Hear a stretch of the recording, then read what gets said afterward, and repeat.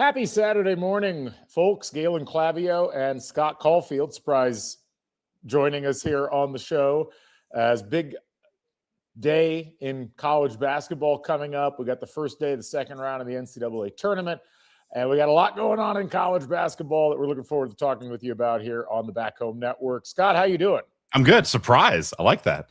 Yeah, when people are willing to tune in on a Saturday morning, the least that I can do is give them a surprise. I thought that you would be the best surprise I could give them. Maybe people will tune out now. But no, yeah, like the 9:30. Hey, man, you're around? Let's do it.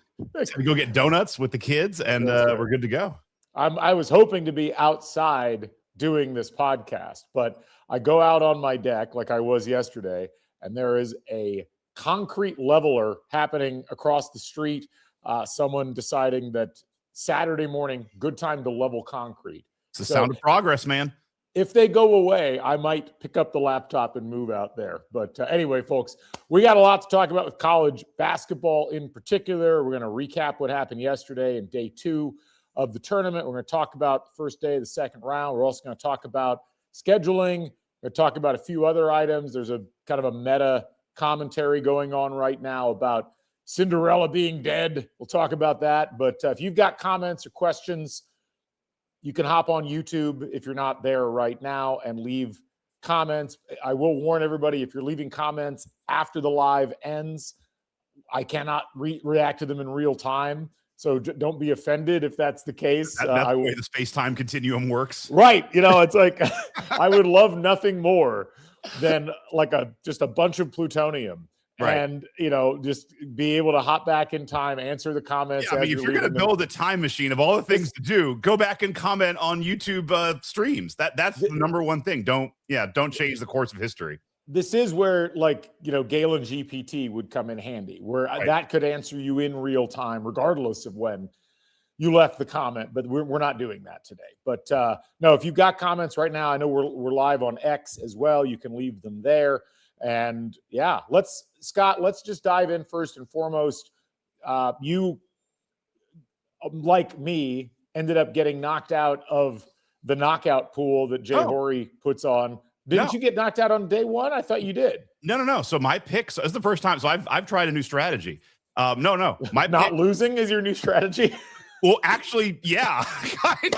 So this is just real quick for our friend Jay Horry puts together the best knockout pool I know, and it's very simple. You pick winners. You have to pick 2 on Tuesday, 2 on Thursday, 2 on Friday, and obviously teams you pick, you can't pick again later in the tournament.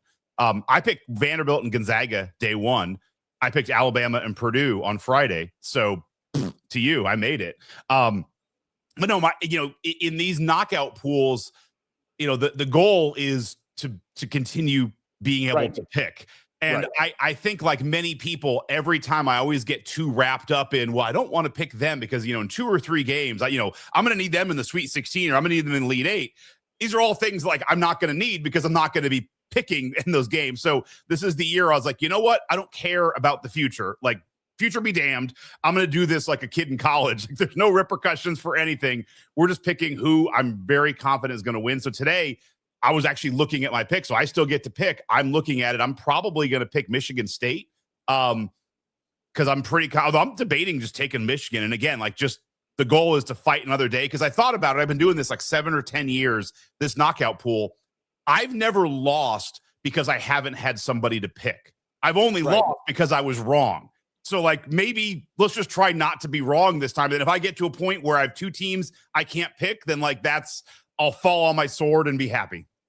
I think that all sounds very reasonable.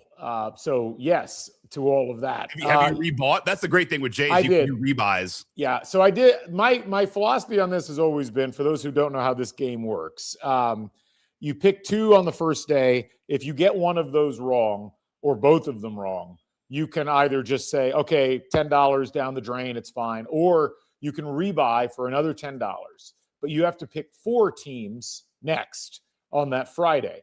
Now, I think that's reasonable on Friday because if you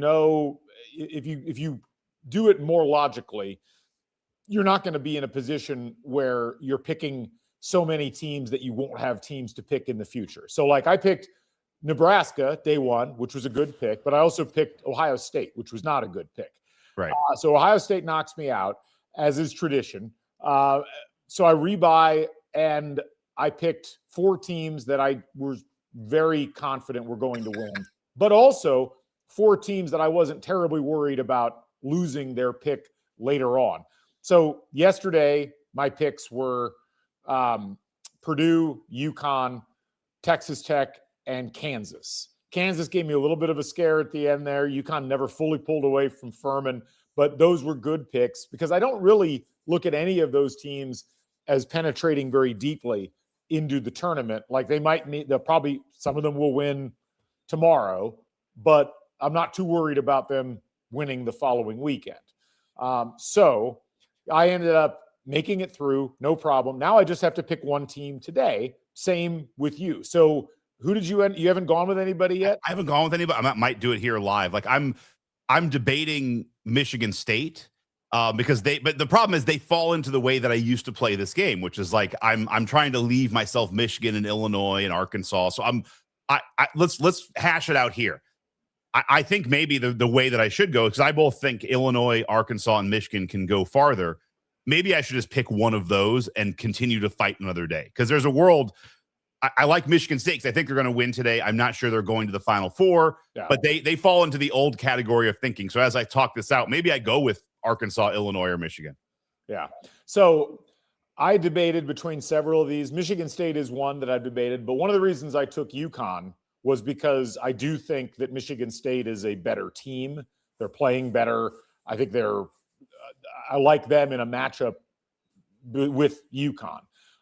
So I look for teams that are likely to win who I just don't think are going to go that deep without violating the principle that you said of where I go too far out on a limb and put myself in a position where I'm picking a team that's going to lose. But like Nebraska Vanderbilt is a game today where it's like if you had both of those available, like that's one I would shy away from because I mean, both of those, like those are teams, in my opinion, the 4s and the 5s, and especially now, given how strong the 4s and the 5s are, which is something we're going to get to here in a minute, you would be like, well, those teams playing each other, you wouldn't want to have a situation where you had to pick one because like you're talking about a 1 or 2 point difference there.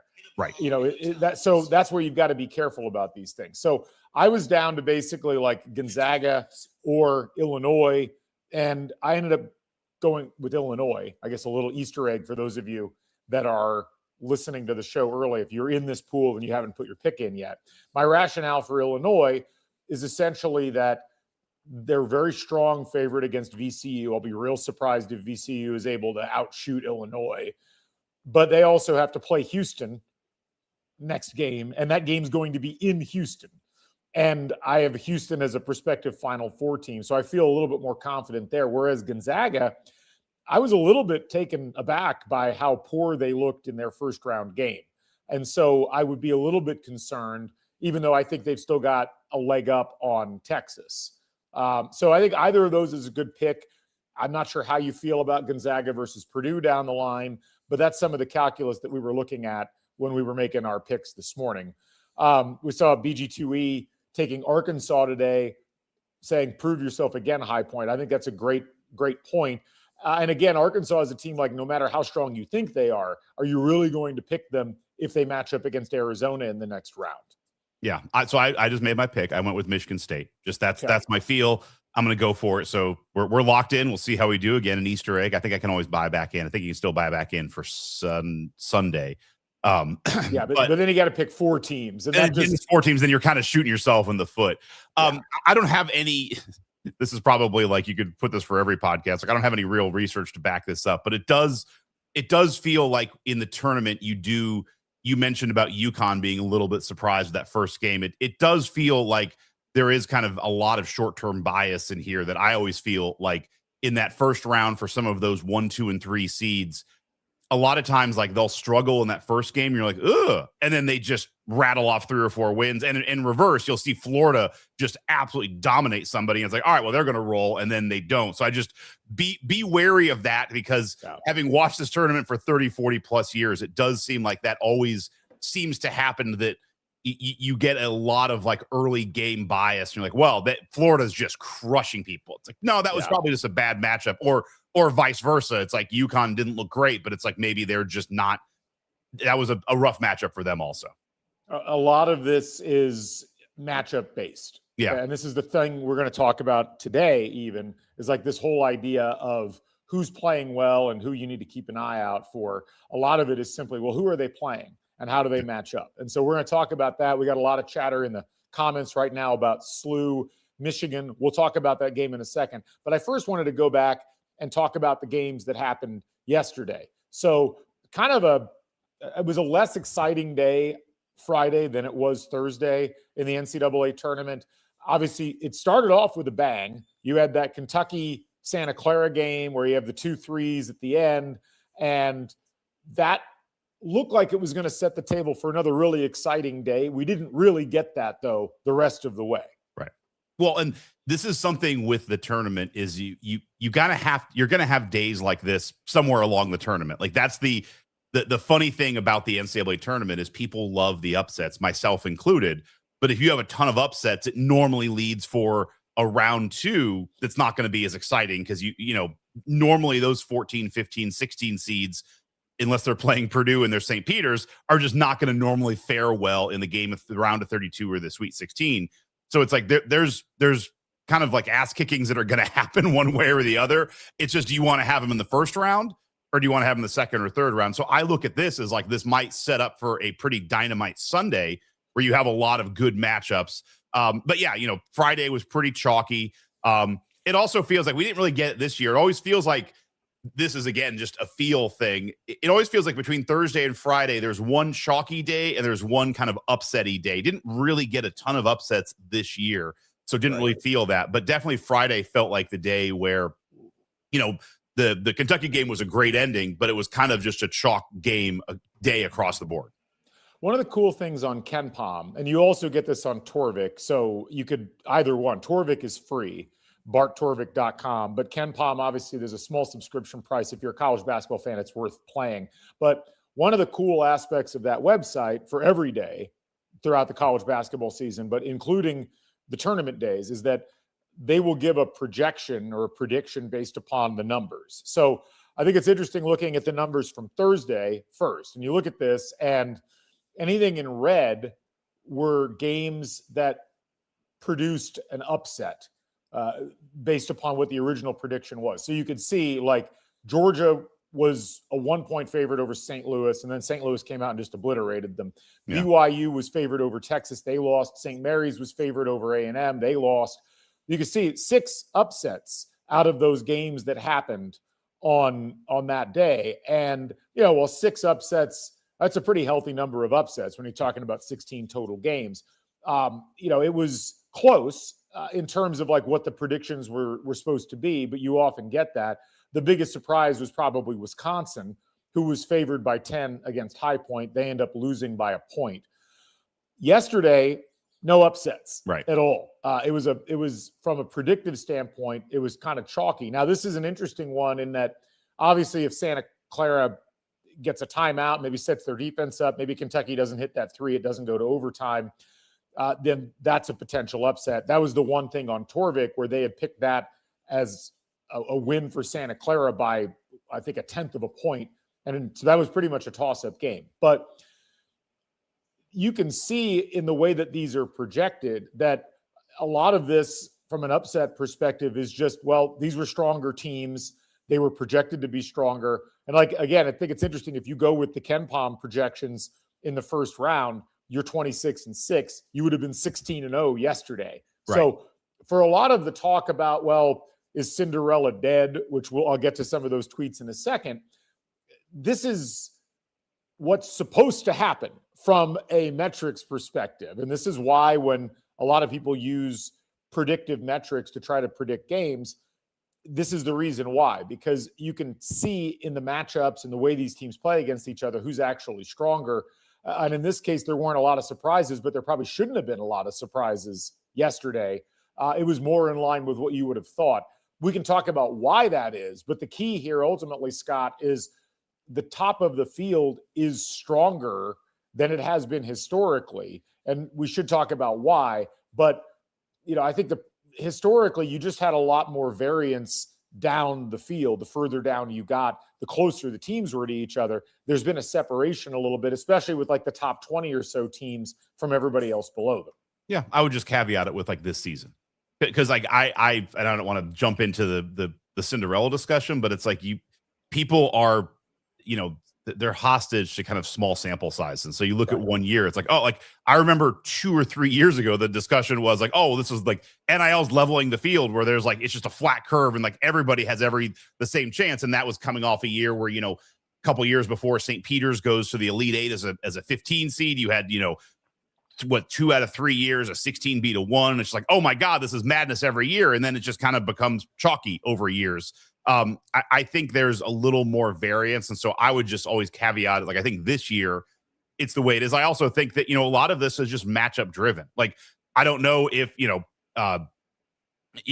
maybe Furman, if they were just a 14 seed, maybe they win. Maybe if they're playing Purdue or Iowa State, maybe they have a better chance playing against them against UConn. Like, a lot of this, when you go back and look at the upsets, it's not just a team that had a good game. It's also a matchup where it's like, wow, that is just the wrong team for that 2 or 3 seed to have played. I would still say, to the Cinderella argument, as long as you have a 3-point shot in basketball, it creates such variance where if somebody just gets like high point, it's just somebody gets like smoking hot from 3. Right. Anybody has a really chance to beat anybody at any time. No, it's true. I mean, that's always been the case. But one of the things I think it's worth noting is, as you said, people get caught up in the moment.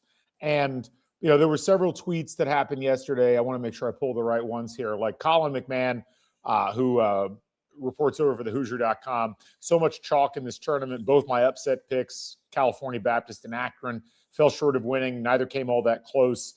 Not going to overreact just yet, but I'm interested to see how many folks think the portal and NIL have contributed to the lack of madness. Chris Vanini, if you hope last year was a chalky fluke, it's bad news so far. Only 4 double-digit seeds advancing to the second round, fewer than the 5 that happened last year, and 2 are Power 4 schools. This is the second year in a row all number 1 through number 4 seeds won 13 of 32 first-round games decided by at least 20 points. So these things do go in cycles. Like someone noted that I think this was the first time that there had been blowouts in each of the top 4 games or three of the top 4 games since 1992. Like we've seen periods where the top has been stronger than the bottom before. One of the things that I like to note is that if you look at the predictive metrics, which I know, again, not everybody looks at, but I talked before the tournament about how the top of the field, Arizona, Duke, and Michigan, are just significantly stronger than the average top of the field in terms of efficiency margin. They play offense better and they play defense better than the same teams at the top of the field did even 5 years ago. But it also extends down to teams, 16, 17, 18, 19, 20. This year, today, Louisville is the 20th ranked team in KenPom. Their efficiency margin is plus 25.07. If you go back to, let's say, 2019, Kansas State was the 20th ranked team in KenPom. They were at plus 20.06. So you're talking about a 5-point jump in the quality of your number 20 team this year versus what it was 6 or 7 seasons ago. As Bob Moats has talked about on X's and Joe's, the top has just gotten better. Like teams have just gotten better. They're more metrics driven. They're more numbers driven. They're more efficient on offense. And that has driven a lot of these numbers up. And that means that contributes to this idea that you're not going to be able to have as many upsets because there's just that much more of a delta between the mid-major or the low-major teams that are matching up in the 12, 13, 14, 15, 16 round or seeds and the teams that they're playing against. It's one of those deals where ultimately people love upsets, but they don't really like to look at the reasons why you have upsets. And something that I have noticed is a lot of the teams that doing very well in terms of their seeding were tended to be slower tempoed teams historically. And what you've seen is the tempo getting a little bit faster.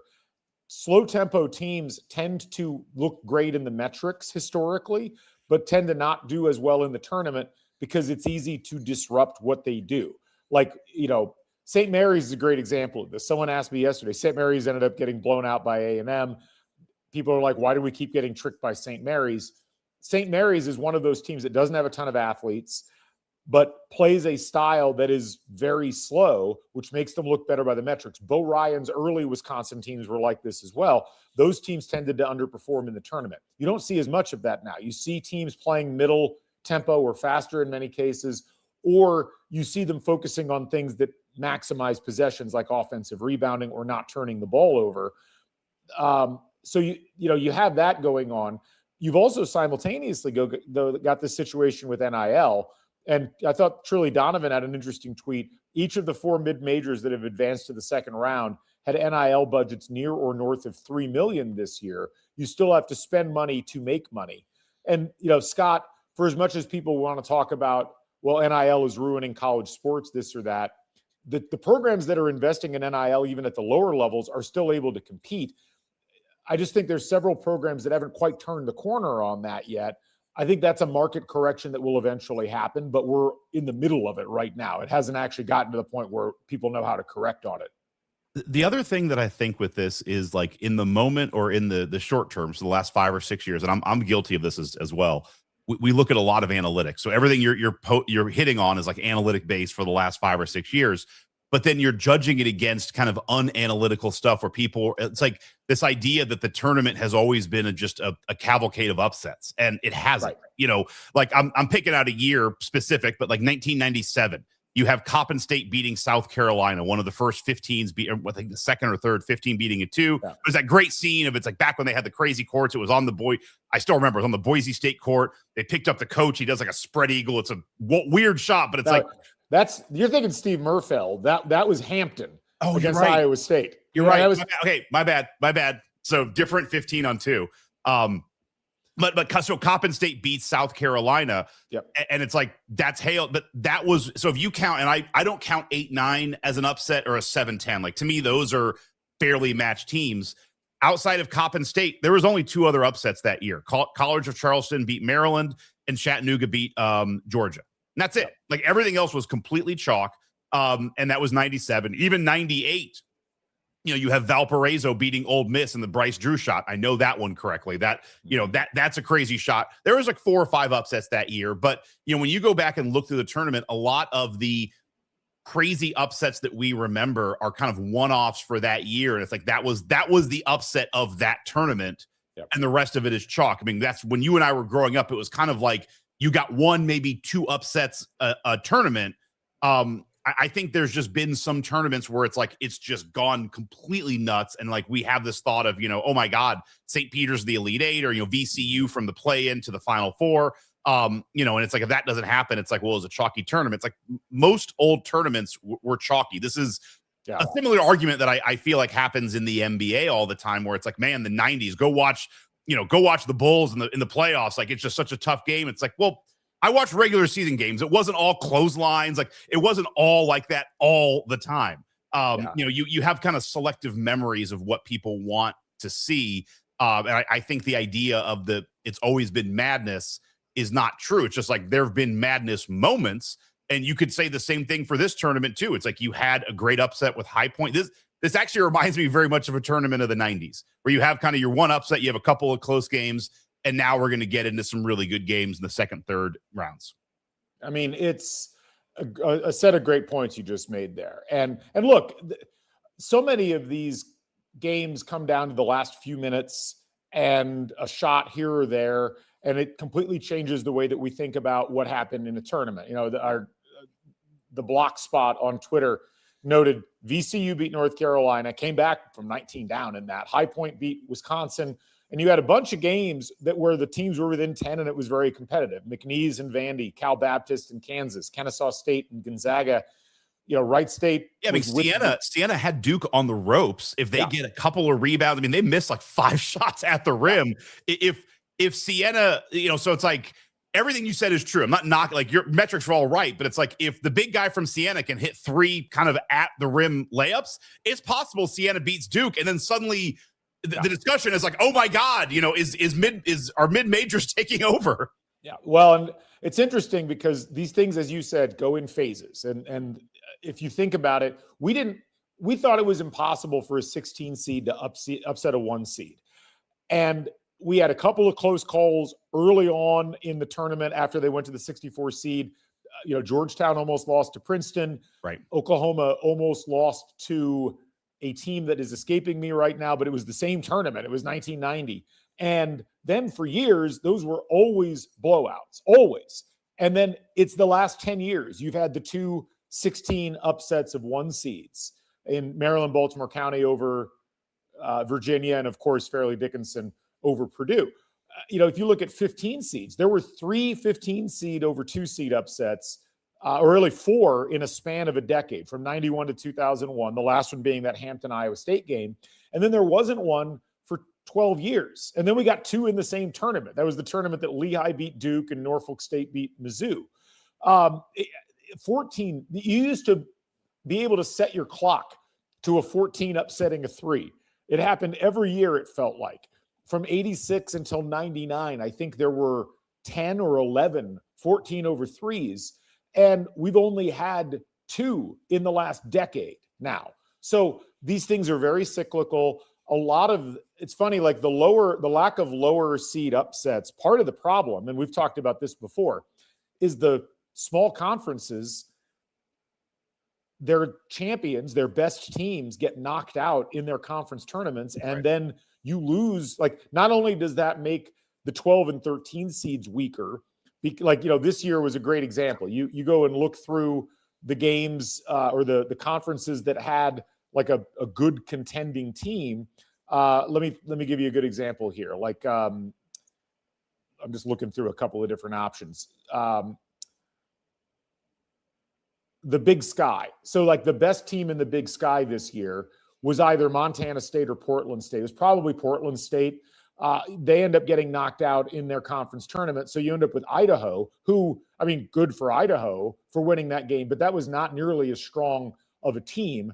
And so that weakens things. Penn was not the strongest team in the Ivy League by any means. It was Yale. Yale was 82nd in the country. Yale would have been a real tough out for any of the 4 seeds that they would have played. They might have even been a 12 seed. They might have played a 5, but instead they lose to Penn in overtime because some dude has a 40-point game, and you end up with a situation where Penn just doesn't belong on the same floor as Illinois. And that means that somebody who should have been a 14 seed ended up as a 13 seed. Like Cal Baptist probably should have been a 13 or 14 seed, but because several teams above them lost in the pecking order, they get pushed up. So if you want more upsets, if you want more Cinderellas, I would say, change the way you do lower conference tournaments, or have those conferences say, you know what, the money that we might make off of attendance for this conference tournament is not worth the money we're losing by not having an upset. Because when you win a game in the NCAA tournament, your whole conference gets what's called a unit, a financial unit. And Ben Portnoy just had a big article on this in Sports Business Journal I'd recommend reading. But that gets paid out to all your conference teams. It gets split relatively evenly. Small conferences hurt themselves by allowing worse teams to win their conference tournaments, because it puts them in a position where they are less likely to win an NCAA tournament game, less likely to collect a financial unit. That needs to get fixed, in my opinion. Like, just send your regular season conference champion to the NCAA tournament. If you want more upsets, that's the best way to do it. The other thing that I've not seen, and so I'll leave this to you or to the listeners to kind of parse out, but for those who are younger listening to this podcast or this live show, it used to be that there was not a pod system. And so it was, if you were in the West region, all, the 4 main sites to start that series, or those sites were all in the West. So, like this year it'd be like St. Louis and Portland. Like, if you were the 5 seed in the West, you were playing in the West. Like, you would have been playing games in the West. And I've been to first round NCAA games, as you have too. Like, definitely no matter where you are, if an upset starts happening, people kind of get fired up. But now we've moved to the pod system where you have, today Michigan State is playing in Buffalo. Now it's a bad example because it's the East region, so it probably would have still been the East. But I look at Gonzaga is playing in Portland, Oregon. They're in they're in the South region. I didn't even show regions on here. They're in the Coca-Cola. Thanks for the Gonzaga is actually in the West. That's all right, so I'm screwing this up, but I know what you mean, though. Yeah, but I do wonder how that has also affected, since we've gone to the pod system, you have teams that are playing in closer vicinity, less travel, and then you have teams that have already kind of a fan advantage, just extrapolating that by playing closer to their fan base.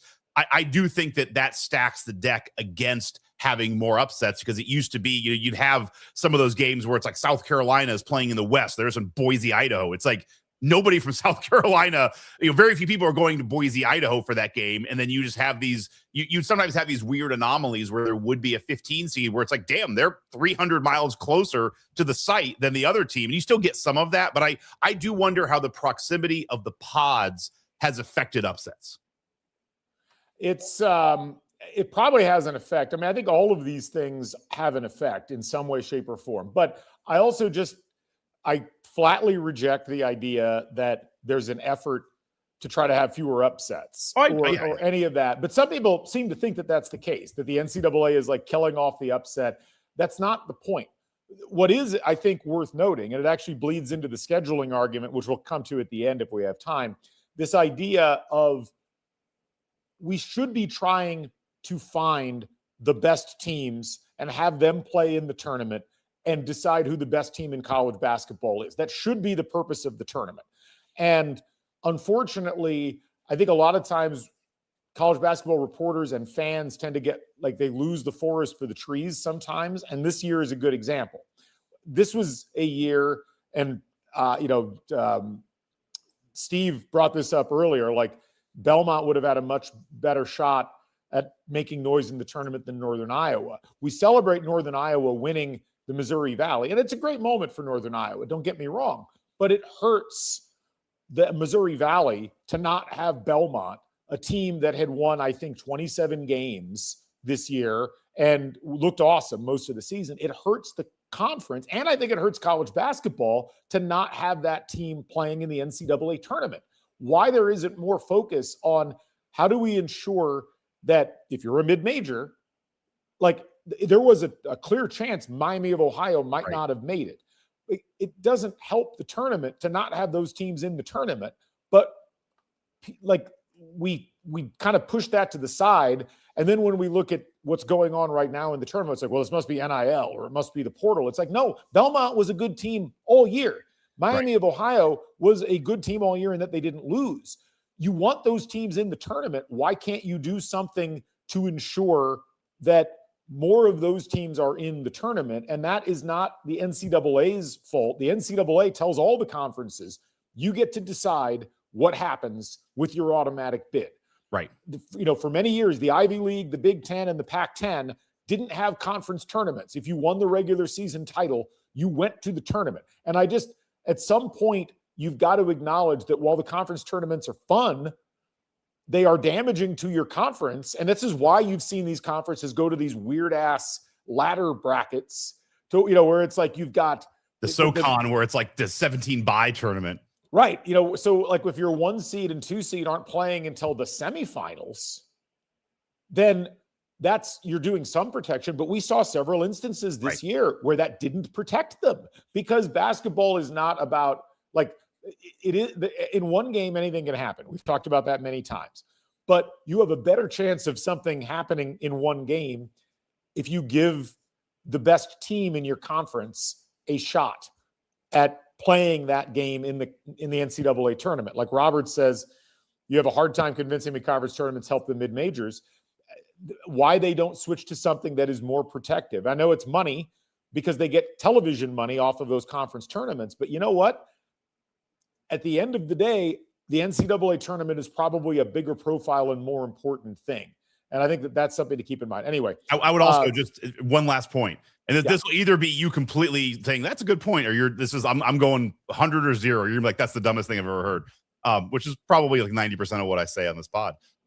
It does feel like, especially at the high levels, basketball is homogenizing, where you watch basketball and it looks very similar. And this is maybe my memory doing me wrong, but you mentioned the Ivy League. Part of what made the Ivy League good back in the days, you had teams like Princeton that just ran something different. And it's like kind of like playing, the triple option in football, where you're just like, part of the reason Princeton was tough to play in the tournament is you just haven't played a team that's just back cutting all game and not rebounding. And you'd have teams that would just press. It's like, we've never seen this. Or you'd have, like, I remember one year Tulane used to do the hockey switch, where it was just like 5 guys in and 5 guys out. And it does feel like the days of teams running weirder stuff or just having real anomalies in the way they play is changing across basketball in whole, where it's kind of like everyone's playing a lot of, 3 and out and shooting threes. And outside of Indiana playing the double bigs for a couple of years, I don't feel like I see as much different. I mean, the one that was different this year was Siena just not subbing at all.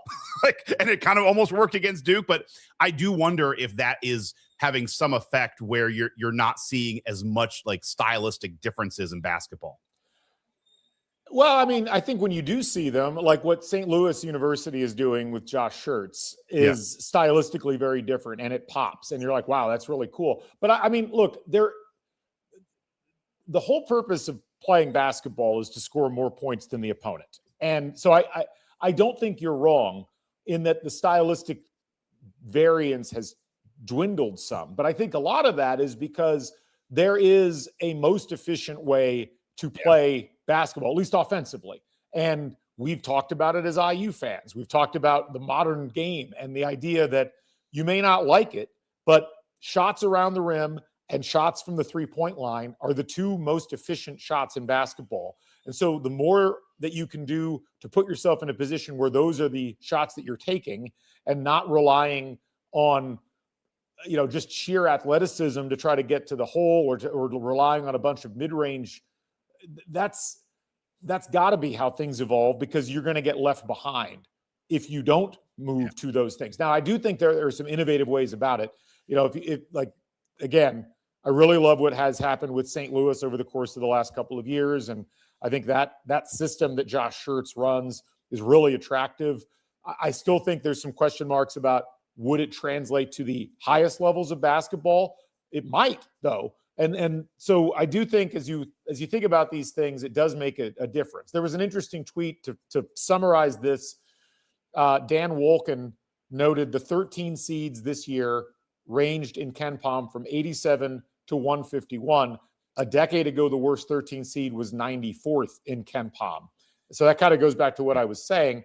And again, JBR Bracketology noted in 2006, the difference between the number 10 team and the number 90 team in KenPom was 13.74 points per 100 possessions. This year, it's 18.96 points. So that's 6 points per 100 possessions difference between 10 and 90 over the span of 20 years. You do see some concentration at the top with college basketball because of the transfer portal and because of NIL, certainly. But that's also something that I just think smaller schools are going to have to figure out. And this is where they have to get more clever about how do they pull better basketball players in from lower levels themselves. We've seen players that were at the Division II level being able to play at the Division I level in certain transfers this year. These are the things to keep in mind. This is not a black and white, basketball is worse now than it was 10 or 15 years ago, simply because we didn't get upsets. Understand how this works and understand that I would actually argue this is an argument to increase the tournament size so you can ensure potentially that you could get some of the best teams from the mid-majors in rather than letting them get upset early, which drives down the overall KenPom numbers. I think it's going to be interesting to see how this all plays out. I don't think it gets addressed, frankly, but I think this is an interesting thing to think about. I know you want to move on, but it was a topic in the back of my mind. I mean, one idea on how you can increase the tournament is you give conferences 2 bids, where it's like, you can say, look, your conference champion regular season gets a bid, and then your tournament gets a bid, and if they both are the same, then I don't know, there's a tiebreaker. You figure something else out, but it's like that solves the issue of like the Miami of Ohio this year, where it's like, great, they got in, and then the tournament can provide another bid if they want it. I will only say this. I don't want to go on a deep expansion talk, but I do, part of, I agree that, I'm always nervous with expansion talk. I know we got into it with college football too, but it's like part of what makes the tournament special. And I could be wrong, but I will die on this, is like, it's the bracket. And it's the fact that you can print the bracket on one page and it makes sense. Like I look at like my 13-year-old this year is just into it, but he's into the bracket. He's into picking. And it's like, if the bracket suddenly becomes the SoCon bracket where it's 17 buys and this weird ladder step, and it's like, I need a, advanced degree to understand it. I think that like sometimes the simple thing is what makes it interesting. Like part of the reason the NFL is interesting is because it's fantasy and it's every week, and you can do fantasy, and like you can think fantasy is funny and cute. It's like that and gambling are real reasons why the NFL is one of the biggest sports in the country. And I do think one of the biggest reasons the tournament is a huge deal is because of the bracketization and bracketizing of it.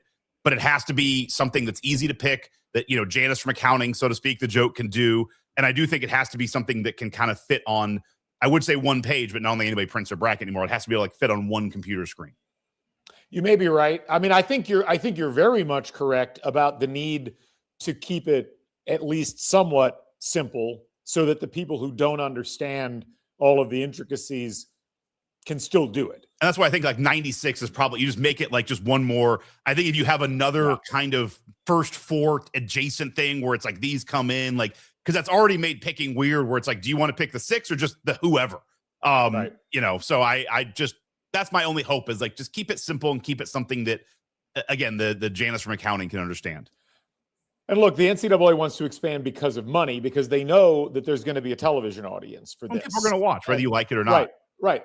So you got to balance all these things. And as Alex points out, like the concern is like if you expand the tournament, that it's going to let more high major teams in or power conference teams in. Look, you're always going to have that tension. And I think ultimately there's a battle going on right now as far as who the tournament most benefits. It's always going to shoot money up the ladder to the top conferences. That's always been how it's worked. That's nothing new. And ultimately, when you think about basketball as a consumer product, you want competitive games. You can have more of those. Like, the one counter I would give to what you just said is that the Indiana high school state tournament is still really popular, and no one fills a bracket out, and the sectional brackets are all messed up. I mean, it's less about that. I do think you could have a preliminary round where you set what the 64 team field would be, and that would be when that would start. I think you could get that done over a couple of days if you really wanted to do it that way. I agree. I would say people never filled out a bracket for the state title in the first place. Well, but my point is, it can still be popular even without that being the primary thing. It's about, after a while, it's about the competition. And I think increasingly, like, ultimately all of this is measured in, are there butts in the seats in the arenas, or are there people watching on television? Yeah. And I think much like the Super Bowl, this is one of those television events when the games are on, people will watch, whether or not they necessarily filled a bracket out per se.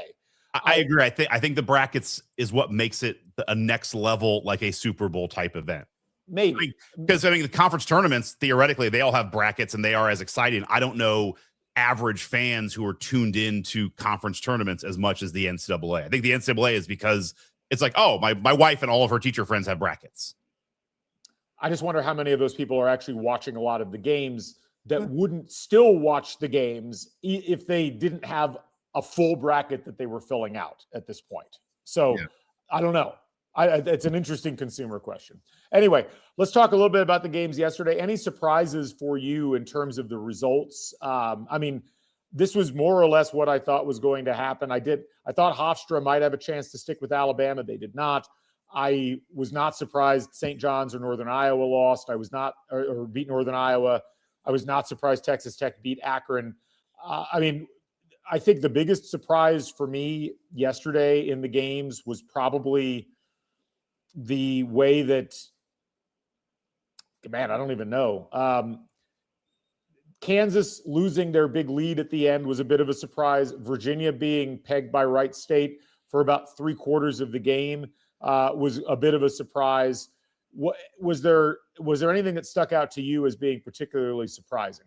No, I mean, because you had a lot of I yesterday was not my day of picking upsets. I was kind of curious to see would Miami of Ohio keep the shooting going, because if they were going to shoot at that 3-point clip, I thought they could have taken down Tennessee. I've also been I've been right and wrong on this, but I think I was looking interested in the AJ DeBanza and Darren Peterson kind of the best player theory of like, are those guys going to step up and go crazy? And I think with Kansas, you saw exactly that. It's like Darren Peterson played great, had 28 points, but then kind of got like less interested in the game as it went along, and that let California Baptist get back into it. But I think they always knew they were going to be able to take that game down. So no, I mean, I was a little bit surprised at how close Furman kept it with UConn. And so I think those are the surprising parts. But no, yesterday was kind of, again, chalky, and I didn't really see any major upset possibilities. The only one that I thought maybe, again, 8-9 is not upsets. I was just curious to see how would Iowa do, because again, when you are playing at such a slow pace as Iowa does, you're always susceptible to just having somebody have a 3-point variance game and beat your doors in, but didn't happen. No, and look, all the metrics said that Iowa was going to beat Clemson. All the metrics said Utah State was going to beat Villanova. That game was wild. That was one of the wilder games of the day. And the way that Villanova just collapsed down the stretch was interesting. But, hats off to Utah State and Jared Calhoun. To talk about innovative offenses, like him and Schertz. If you're a team that believes that coach can adapt to the NIL landscape and the transfer portal landscape at the top level, you'd be real lucky to pull either Jared Calhoun or Josh Schertz as your new head coach. I'm curious to see what happens with that based upon some news we'll get to at the very end here. But this yesterday was one of those days where on paper it looked like there were going to be fewer upsets, and there were. So it sets the table for today. The last thing for yesterday, yeah, sorry, I forget who sent the tweet out. You probably know, but it was one of the best. It's great out there. It was the battle of the iced tea game, the Arizona versus Long Island. It was like the winner gets iced tea, which I loved. So now we're all Arizona iced tea people, Long Island iced tea. Sorry, good to know you. Sorry. Shout out to Kilroy's on Kirkwood. Just no Long Island iced teas tomorrow. I'm real bad. I don't like tea at all. Are you a tea person? I like unsweet iced tea. Sometimes maybe a mix of iced tea lemonade. I've never been a big Long Island iced tea fan though, because just not awesome. But I'm moving. It's just they just dump everything in there. It's just like whatever we need to get rid of. That's the whole point, Scott. I know. So. But I've been moving more toward water and lemon. Yeah. Thank you, Justin. I've been moving more toward water, but I like a good unsweet iced tea. Yeah. The Kevin Willard, saying he's going to fire his staff. That got more attention than I thought it would. I thought he was clearly joking. I guess you could make an argument that he shouldn't have been joking about that during the broadcast. But for those who didn't see it, Lauren Shahadi has him in those stupid in-game timeouts that they make the coaches attend. I think if you're a basketball fan, you should be opposed to those. I hate them at the NBA level as well. But she asked him, anything ever outside of this, has anything ever good come out of that? Well, you get some interesting things occasionally when someone's mad, or you get what he did, which was make a joke, but then you get criticized for the joke. And so it's like, whatever. It's just like, man, we got to get better on rebounding interior. It's like, I want him at one time to be like, man, like that guy sucks. Like he just sucks. Or like, I did find it fascinating because of all of the sports, like you don't get those things in football. You get them a little bit, but they're not important to the game. Basketball, you see this at the NBA level. You sometimes see it at the college level. You get like an in the huddle thing on the sideline during a timeout. And it's the opposite of profound, the opposite of important. It's always like, guys, we got to play harder. Or, guys. Those things are edited. Like they're not live. Like right, I know. And it's like anything what's funny is like, and you know this because you've done a lot more professional broadcasting, like some of the best athletes are baseball players, and those live baseball ones are great. So I'll talk to managers during the game, and they'll be kind of sitting there on the edge to eating seeds. Like, man, like, I don't know, man, like we got to move our shit. Like they'll start talking as if like they don't know they're on air. Like the baseball might be the best one.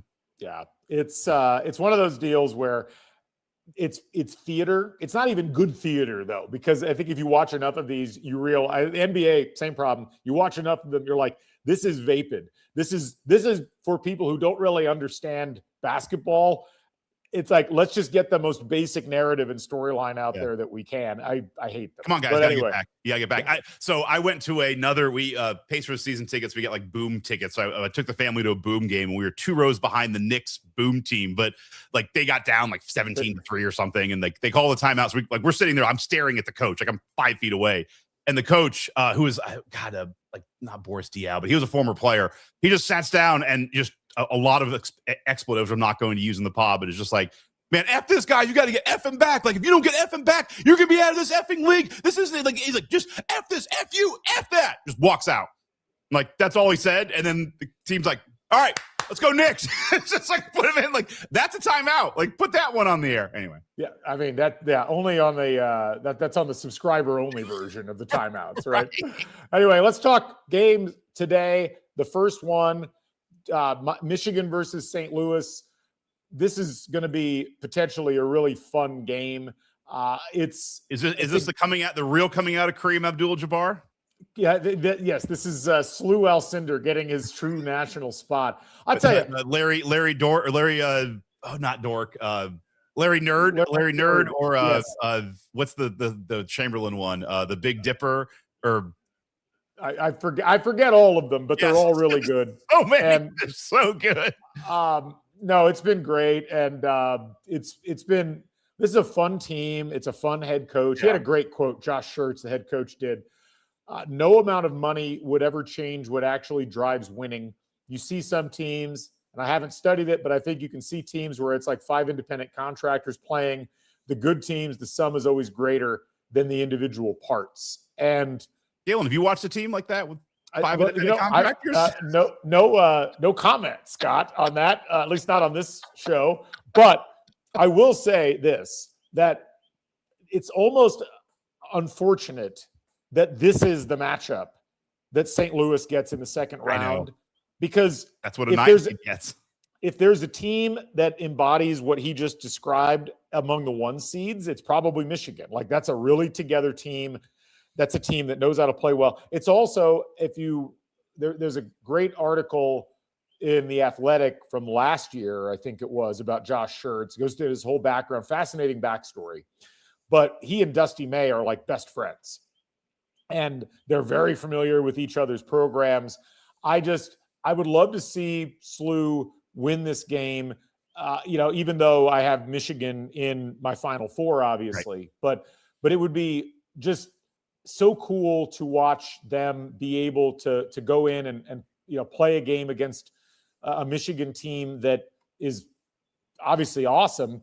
The game that Slew played against Georgia was among the best games they've played all year. This is a team that is capable of just incredible offense. They've had multiple games this year where their offensive efficiency was like north of 1.3, 1.4 points per possession. They had struggled a bit defensively down the stretch, but they played one of their best defensive games of the year. It's not a great matchup for them versus Michigan. Well, let me ask you this. Yeah, go ahead. If we take the Vanderbilt-Nebraska game out of it, all the other games, if the lower seed team wins, would be considered an upset. Who do you pick as your upset pick for today? Who do you think is most likely to pull one off? Doesn't sound like it's going to be Slew, so who is it? Let me save that until a little bit later. Sorry. But no, I mean, there's a couple of ones that I think would be good upset. I will say, this is a possibility. And the reason it's a possibility is the variance in 3-point shooting. St. Louis is the second best 3-point shooting team in the country by percentage, 40.2%. They also hold their opponents to the 7th worst 3-point shooting percentage, 29.8%.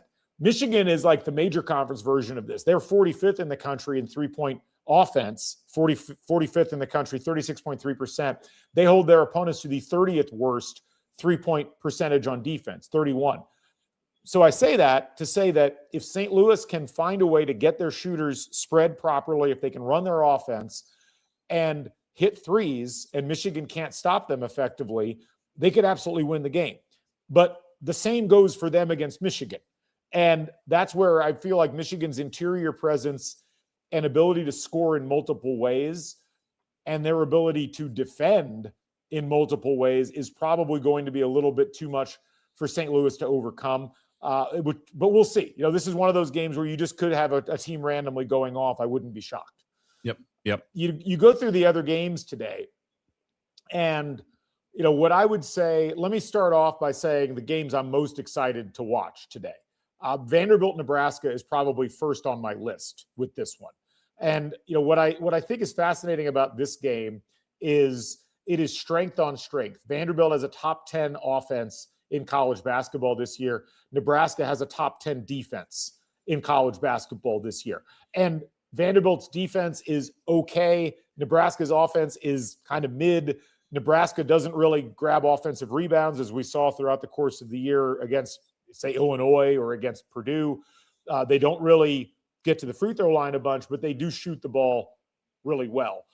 Whereas Vanderbilt, if you're looking for some weaknesses there, they don't have a ton of them, but they also looked significantly weaker in the first round against McNeese than Nebraska looked against Troy. So I'm really excited for this matchup. This has been the one I've kind of circled where it's like I want to make sure that I am sat, as Gen Z would say, for this game. So I look at that one. I think it's going to be exciting. I also think Louisville, Michigan State has a real chance to be an exciting game. Louisville's all over the map when it comes to how they play. But both of these teams are pretty good offensively and pretty good defensively. It's very much a strength on strength sort of thing. Louisville shoots a ton of threes. I am really curious to see how Michigan State handles that. And again, whether that shooting variance ends up being something that benefits Louisville or benefits the Spartans. Yeah, I mean, what I look at stuff, I'm excited for the Michigan State game because that's my survivor pick for the day, as we just picked out. I'm curious to see how Gonzaga and Texas do when you look at the offensive rating of these teams in KenPom, which is normally a really good predictor of how teams do in the tournament. Texas is the highest ranked team up in the offensive rating ranking. So they had it pulled up here a second ago. They are, where are they? They're the 16th best offense in the country as an 11 seed. So they have the ability to really put some hurt on Gonzaga there. So I'm curious about that for a lot of reasons. I also think Vanderbilt is a really interesting team. I think they have a lot of the hallmarks of a team that could make a deep run. I'm also just curious to see, I think it'll be not a close game, but just I have Arkansas going pretty far in my bracket. So I'm curious to see if they're able to just take care of High Point and get that done. I think Arkansas has a ton of talent, but Calipari has had Calipari's had a lot of talent for a lot of years and has come up short a lot of times. And so it's his coaching always kind of leads for interesting games. So that's kind of what I'm looking at today. But I would love to see, St. Louis, the thing they have, it's a thing that I always look for in my upset picks, is a team that shoots the three really well, just because it's such a great variance. And when you look at, teams that shoot the three the best, aforementioned Belmont was 41% from three this year. They're not in the tournament, but you have St. Louis and Texas Tech are up there as 1 and 2, and St. Louis is shooting 40% from three. So there's a world where I could see St. Louis just making this, a little bit tight. And, that's I remember it from, very few points of reference as an Indiana fan, but I do remember that one time we were a 1 seed, Galen, way back when there was grainy footage and it was black and white. We played Temple in the second round, and I remember it's like, on one hand, you look at it now, it's like, oh, Michigan's great. Like, they're playing SLU, like Michigan's going to roll. I remember being the 1 seed and you're like, damn, this is tough. Like second game, we got to play Temple, and they had a kid who was like really good. And that game was way tighter than it should have been. It took an Oladipo 3 somewhere in the second half to kind of get that game a little bit of the breathing room, and ended up being a harbinger of worse things. But all I'm saying is, this is where suddenly, your a-hole can get real tight in a game real quick. And so that's something where teams are like, wow, this is real. Like, this is, we could lose before even the first weekend is over. And so this is one of those, if St. Louis can keep it close, I think it could be a really interesting second half of that game. I agree with that. I mean, I think it's funny you mentioned that Indiana Temple game. That was a great example of a team that I think was struggling with the moment a bit, because Temple came into that game. They were not a good defensive team, but Indiana couldn't score in that game. And it was like a slog to try to get anything going offensively. And it took, I think it was Watford hitting a shot at the tail end. to give them the margin of victory, essentially. They ended up winning by 6. But you'll get that where it's like, well, by the numbers, this should not be a game that you struggle in, and yet you struggle in it because of the moment. So that's something to keep an eye on, obviously. Real quick, because there's one topic I want to get to that's not tournament related, but looking at the games today, you asked me earlier if I was going to pick an upset, what would I aim for? I think of all of the games, you actually mentioned it, Texas Gonzaga. The question here is Texas still, do they have legs? They had to play on Tuesday in Dayton. They had to fly to Portland and then play BYU. They beat BYU. Now they got to play 2 days later against a Gonzaga team that traveled the length of a state to get to Portland, as opposed to the length of the country like Texas did.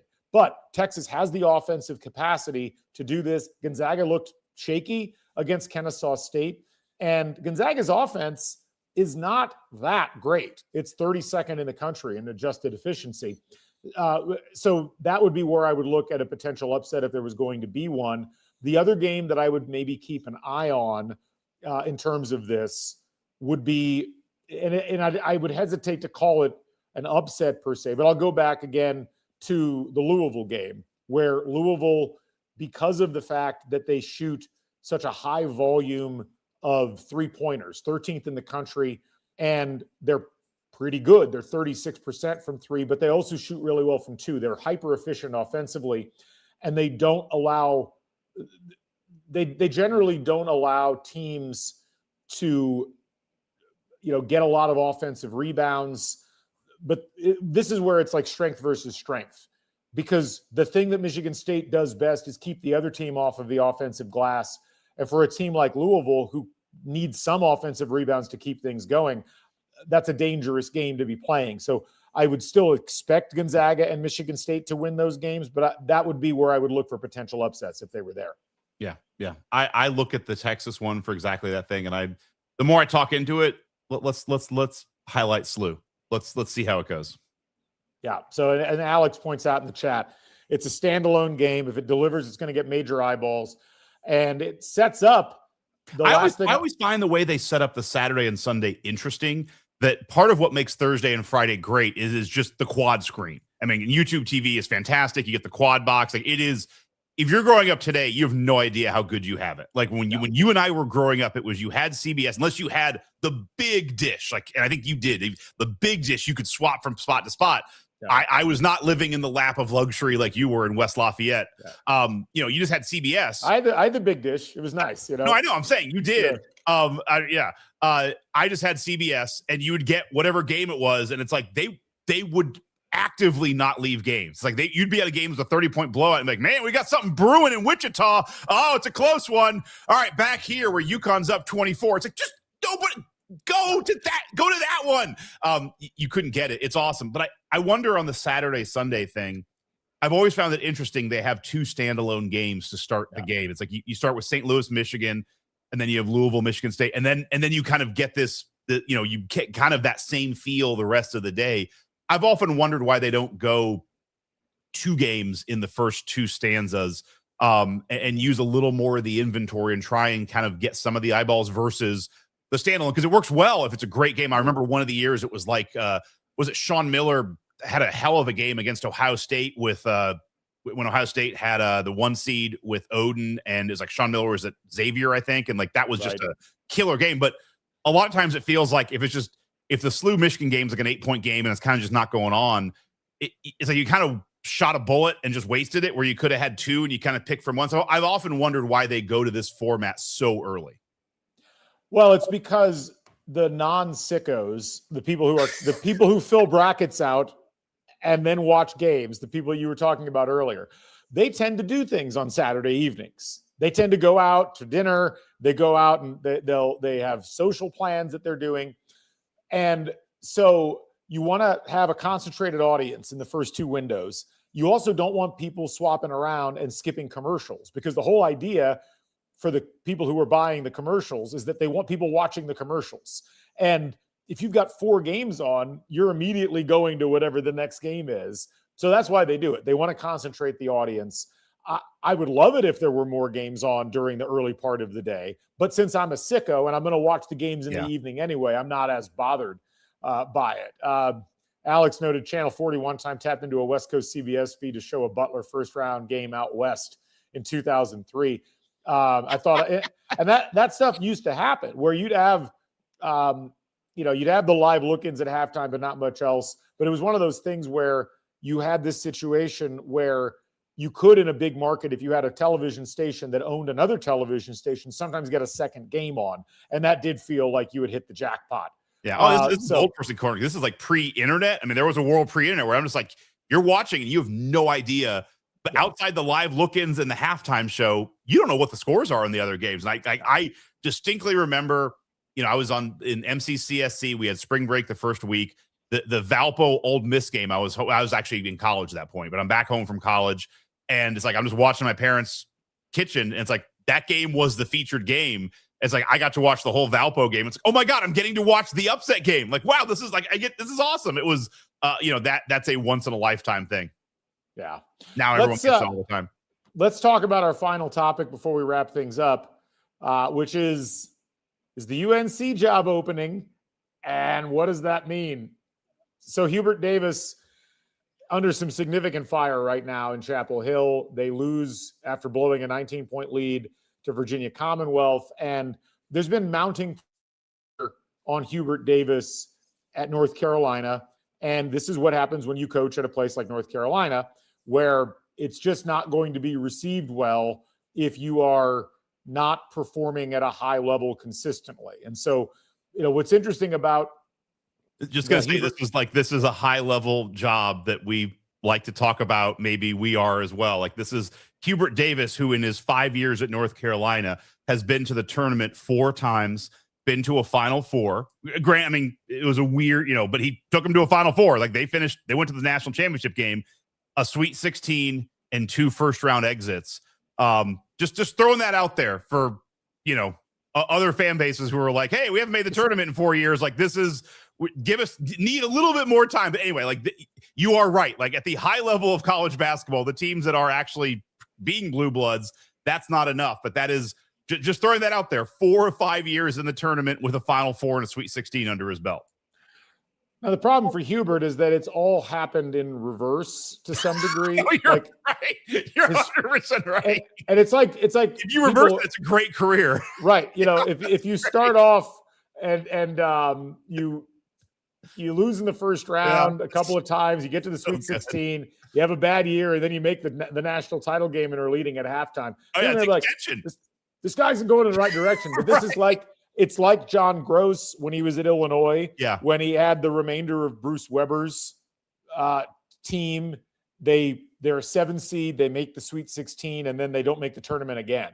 It's like Mike Davis at Indiana, where he had a reverse career. 4 seed national title game, 7 seed, I think the next year, missed tournament, and then he resigns halfway through the year in 2006, but they end up as a 6 seed and win a game. Right. And so Claude Newman noting that they lost their best player. That's true, but the problem is less that they lost this game.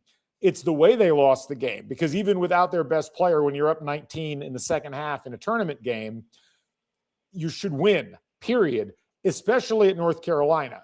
And North Carolina ultimately, I think, is looking at this and they're concerned about a number of things. And so this is not me bringing this up. This is On3 reporting this, Rivals reporting this, that the noise around Hubert Davis opening, like that job being open and Hubert Davis being fired, is really, really hot right now. And it's probably more likely than not to happen. We've seen other sites talk about this as well.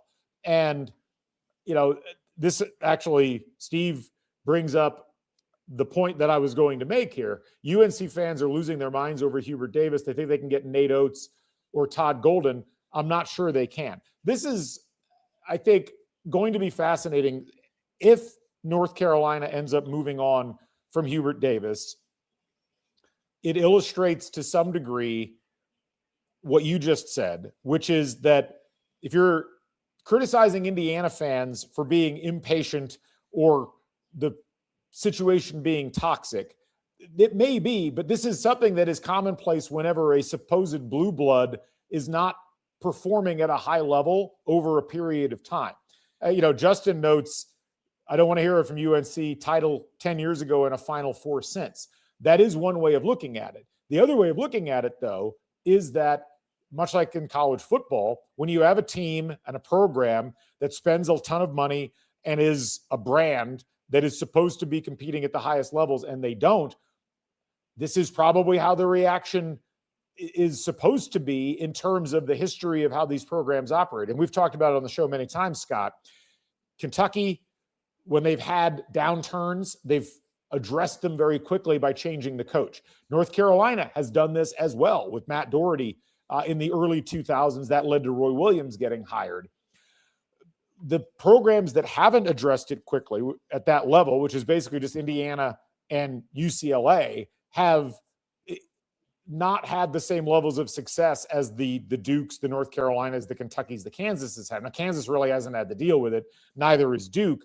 But the reaction that you're seeing here, I think to some degree highlights how you could almost make an argument Indiana fans have been overly patient with the lack of success, given that North Carolina's made twice the number of tournaments in the last 5 years that Indiana's made in the last 10 years.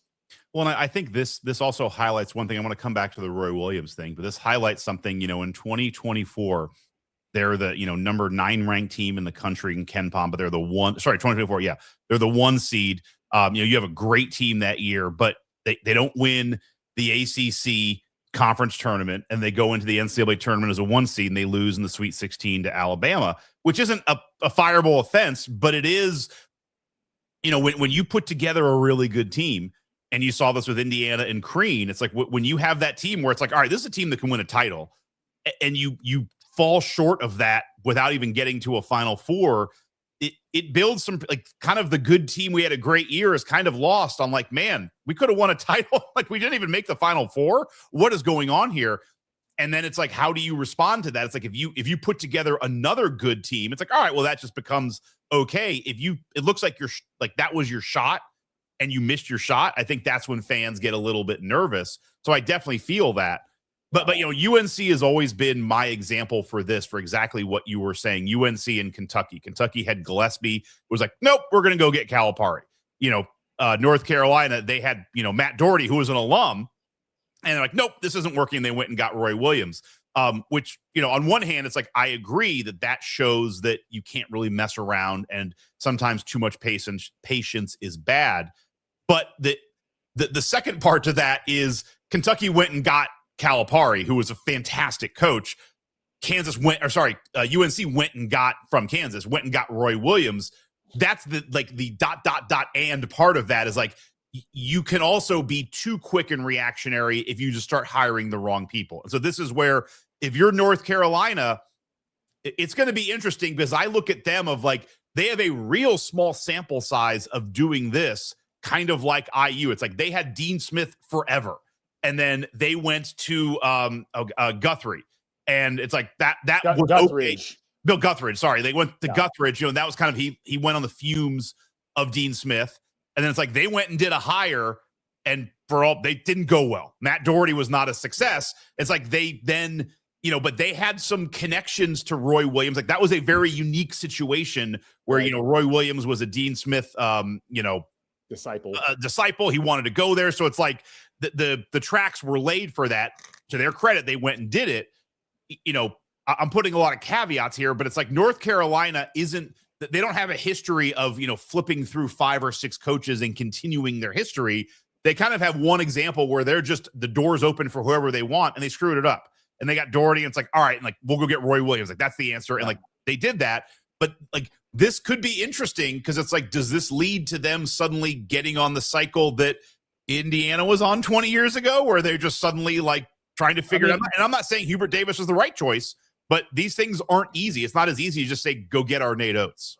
Well, I think with North Carolina in particular, and this is where Indiana has resisted this kind of, but not really, the idea is we got to keep it in the family. When Dean Smith retired, it was very late. It happened in like October. And the whole idea was he wanted Bill Guthridge to get the job.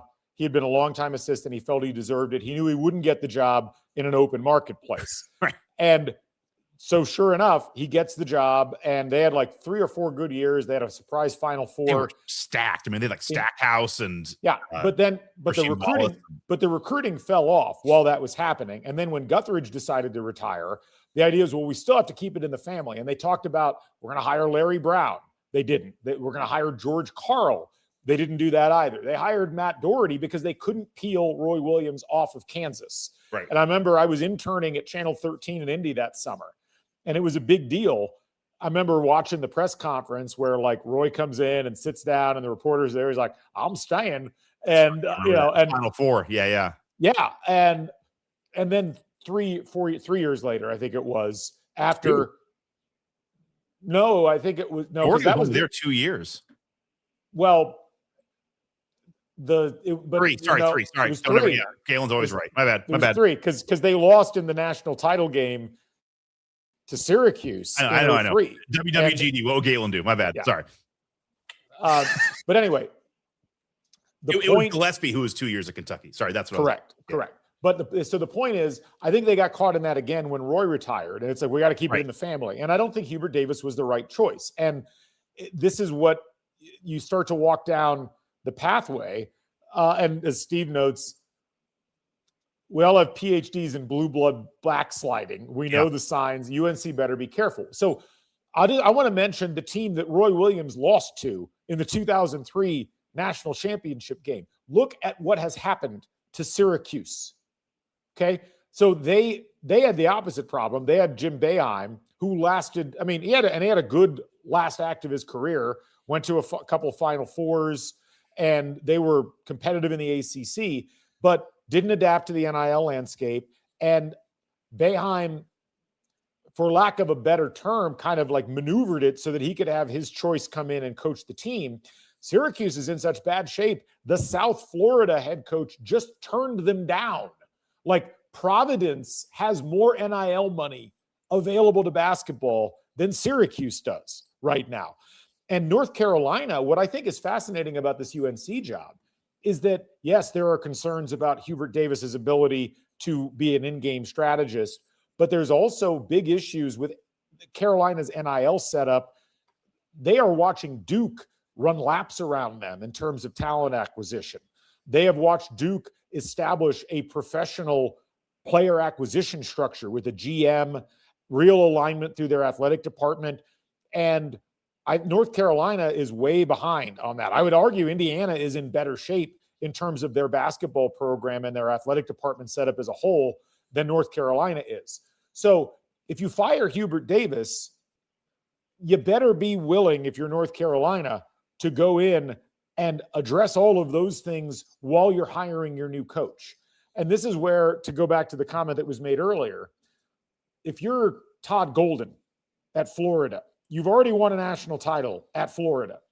What on earth are you going to go to North Carolina to go do? You're going to have a worse NIL setup, most likely. You're going to have significantly higher expectations. And right now you're at a school where if you win a national title at Florida, you get a pat on the back and an attaboy. If you don't have to leave. Mike White left of his own volition. He didn't have to leave. And so I look at this with Alabama and Nate Oates as well. Nate Oates has plenty of NIL money, clearly. They can get whatever players they want. They've made a Final Four. Now, I do think Nate Oates would like to coach North Carolina, but is he going to look at the ledger sheet and say, oh, you know what? Alabama, actually, it's a better situation for me. I get more money and I have less pressure. I'm going to stay there, or I'm going to go to North Carolina and hope that they get their stuff together. I think that's the big question mark. Can I throw another? Go ahead. Another wrinkle on this, and I think this is something that, I love the blue blood backsliding, which made me think of this. I started writing stuff down, crazy notes of a crazy person. Yeah. But, I think this is what a lot of blue blood teams don't want to hear. I think Indiana fans didn't want to hear this. I didn't want to hear it 25 years ago, but it is the case. I think the exception is just blue bloods stay at the top, and that's the exception. So these are teams that have successfully changed coaches and kept what I would say a high national profile or won, other titles. You have Well, let me go through the teams that haven't. Okay. Here are the teams that have had championships, multiple championships in the last 30, 40 years, and just have struggled to keep it going. UNLV, Villanova, UCLA. Maryland has one title, but they're not a blue blood year in, year out. Georgetown. I mean, you and I growing up, that was the program. That was George Thompson. John Thompson. Arkansas. I'm going to put Michigan State in here just because I want to see what post-Izzo Michigan State looks like. I mean, they did pretty well. God, who was the coach before? I'm seeing him, Judd Heathcote. You know, they go from Judd to Izzo, but that's one change. So like they're at least question. Syracuse, who you just mentioned, Louisville, they've been here and there. Even Florida, you know, between Donovan to Golden, kind of was in the wilderness. Arizona, that they were kind of figuring stuff out. Although they're right on the borderline, I would say. To me, it's like I have 4 teams that I can point to that have shown the ability to stay at a high level with multiple coaching changes. And that is UConn, Kansas, Kentucky, and Duke. Although Duke gets an asterisk because it's like just to Shire, but thus far it looks like it's pretty good. There's way more teams that have struggled to keep it going after having a singularly unique coach. And so this is something that I would just, you know, I don't care about UNC fans, but it's just like, this is what Indiana has been dealing with. Is it's not that easy. Like the number of schools that can just do what UConn did, where it's like, we're going to go from a legend to the next guy who screws up. And it's like, oh, we're just going to get another great coach. That's not as easy. And Kentucky is also an outlier there. And again, Duke, you know, they're one coach change. With me, it's like UConn, Kansas, and Kentucky. That's it. Everybody else, it's like once you get off the pinwheel, once you leave that good coach, it can be a real struggle to figure it out again, which at least gives me hope as an Indiana fan. It's like we're much more like all these other teams, but I do think this is something where, you know, it's an outlier to just stay good forever. And it'll be interesting when Izzo finally retires. It'll be interesting when Painter. I mean, Painter's nowhere I near didn't put Purdue on there, but I would agree. But you know, but Michigan State, I'm very curious. Like, how do they transition? Because and I would throw Michigan into the mix as a team, as a program that is able to. Yeah, I mean, but they've had some struggles as well, and even within the same coaching, experience. Like Juwan Howard had that team incredibly high, and then he had them incredibly low, and that ended up paving the way for Dusty May getting hired there. So look, the last thing I'll say on this, and then we'll wrap up, is I'm really curious if North Carolina ends up changing who they end up getting, because if they think that they're going to get Nate Oates or Todd Golden, and they do, then that's a real vibe check, not in a great way for Indiana basketball, given that, no kidding, that was an emergency pod for us. Yeah, because if North Carolina can legitimately pull a coach that's already won a national title and has a good setup, or a coach that's been to a Final Four and has a good setup, then there's clearly brands, even if it's a very small number, that have that kind of pull. I don't think they will, for all of the reasons that we said that Indiana wasn't going to be able to pull coaches like that. So then what do you do? It wouldn't be a podcast. I'd be saying it. The other vibe check would be is like UNC hires Brad Stevens or something. That would. Sorry, I have to be the one to say it, but that's always going to be there for the next 10 years. Like, that's just a gut punch. Like, damn it. So it's possible it could have happened. I cannot conceive of the reaction online if North Carolina were to hire Brad Stevens. I mean, let's not speak that into existence, but man. The only thing that would be nuttier is like out of winning the title, Dusty May is like, I'm going to North Carolina. So putting those things aside, though, that's a great point about the vibe check. That would be insane if they pull one of those guys, because I'm with you. I don't think they're pullable. And so then it's like, who do you go for? And then you're kind of hitting the roulette wheel that Indiana's been on. It's like, all right, we'll get the young hot coach. Like, oh, that didn't work. Like, do we want to go for the guy, the NBA guy with North Carolina ties? Do you go for that? Love nothing. Like, let Michael Jordan pick. By the way, as a guy who wants to see North Carolina do bad, like Michael Jordan's great at talent evaluation. I'll say this: if you're North Carolina, you make the call to Todd Golden, you make the call to Nate Oates. If you don't get that, the next call you make, in my opinion, is Mark Byington, the head coach at Vanderbilt. I mean, this is a guy who's won 22, 32, 20, and 27 games so far in his last 4 years. He's got Vanderbilt, who was, let's keep in mind, Vanderbilt was dead in the effing water. Like, they had a 1, 2, 3, 4, 5, 6, 7 year stretch where they didn't make an NCAA tournament. Jerry Stackhouse didn't make one in 5 years that he was there, only won over 20 games once. And Byington came in and has won 20 games twice. He's got a top 10 Ken Palm team. It's one of those situations where that looks like a layup. He's a guy who's coached in the Eastern Seaboard. He coached at Georgia Southern for several years, coached at James Madison. Would have loved to have seen him come here if the timing had worked out. That would be my next call. But you get beyond him, there aren't a lot of other coaches that look like they would be reasonable approaches. Maybe TJ Otzelberger at Iowa State would be the only other one. But again, he felt like he was unpullable when we were looking at him last year. It's one of those, and I think this is where some of these guys, and this is actually where Josh Schertz is going to be an interesting test case. Josh Schertz at St. Louis just signed a contract extension.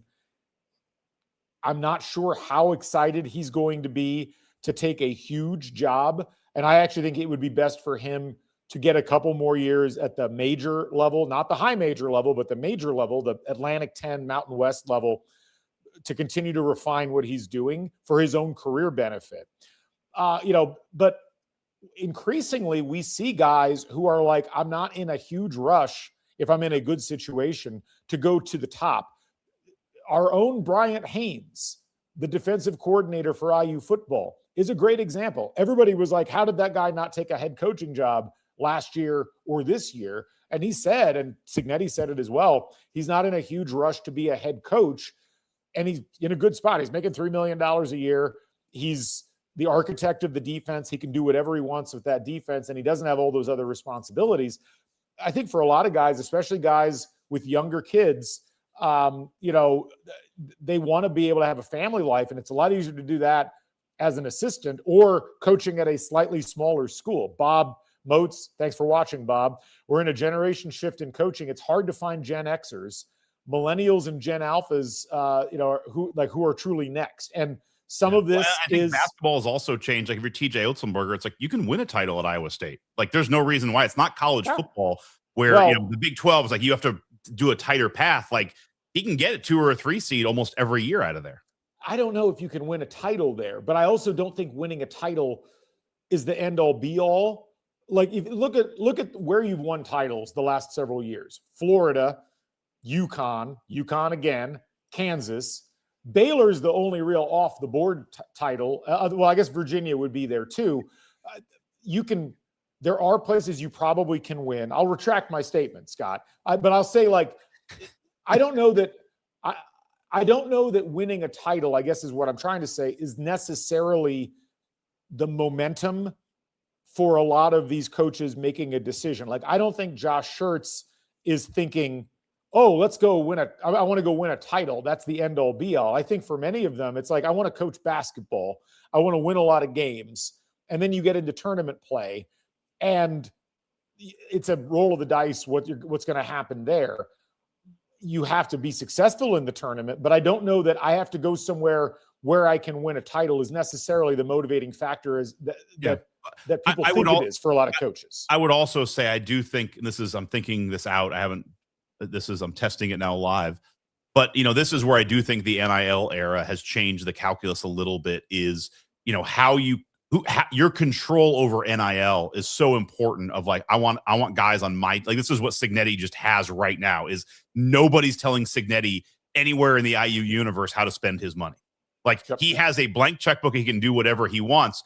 Not a lot of people have that. And the same thing, like, I'm just going to keep picking on Otzelberger, TJ at Iowa State.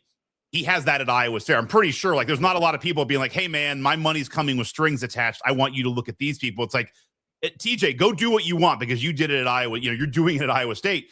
If he goes to North Carolina, that changes. Like, you go to North Carolina, you're going to have a bigger NIL budget, but you're also going to have a lot of other ears, a lot of other people saying stuff, and a lot of other, you got to go check this good old boy out, or, hey, this $5 million check has a lot of caveats tied to it.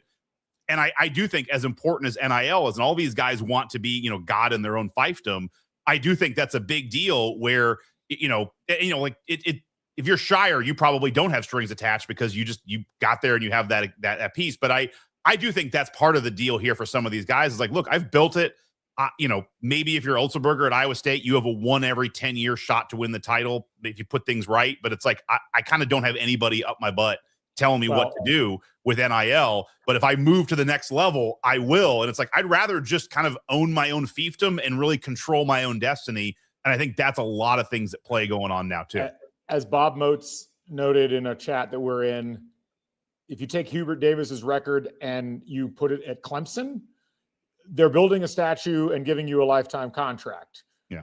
You do it at North Carolina, you get fired. And that does have a bearing. Now, the thing is, I do think at some point, the risk-averse nature of coaches will be countered by the idea of, I need resources. Where can I get resources? And as we've seen, there's a ton of people who can come in and fix situations very quickly. I do think that for as much as coaches act risk-averse in terms of their careers, the really good ones know that they can go places. I mean, again, Curt Cignetti coming to Indiana, did he have a lot of other options at the power conference level? No, but he didn't come in and say, well, I can't win here.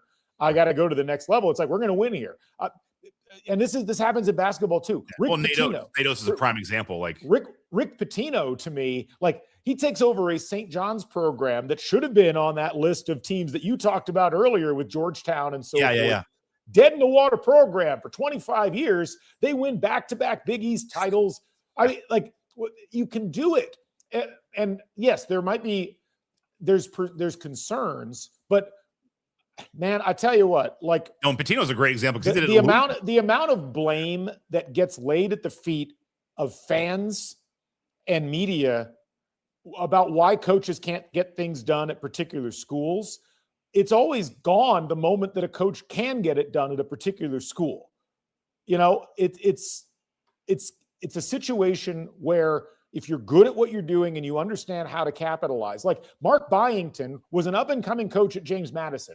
If you looked at what had happened at Vanderbilt the last several years and said, well, they don't fund things properly or they don't have fans or nobody cares, he wouldn't have taken the job. And so I think a lot of the profiles of some of these coaches coming out of the mid-major level or the recruiting assistants taking jobs, Jay Lucas should have looked at that Miami job and said, well, I probably can't win there. They only won 7 games. It's tough to recruit to because they don't have a lot of history. Did he do that? No, he didn't. He went in, he grabbed a bunch of players. He didn't wait for assistants to have to come in order to grab players, figured it out. They just won a tournament game in style. No, it's a great point about just, really good coaches come in and just get it done. And all the blame is always on fans. And it's too toxic an environment. But Rick Pitino, who kept doing it against us, he took over a dead, and I don't have it standing here, but it's like, he took over a dead in the water Kentucky program. Like they were on sanctions, they were tough. And within a couple of years, he quickly turned that thing around. But, he goes to Louisville, who had been dead in the water, another program that was big in the 80s and just didn't have much going on. First year, 19-13, second year, 25-7, round 2 of the tournament. Within 2 more years, he's in the Final Four. And then, then he goes through, one down year where they don't make the tournament. They're still 21-13. And then it's round 2, Elite 8, round 1. Like there's in it, then a championship. Goes to Iona, which is not like Iona's been. Goes to Iona like he had to go there.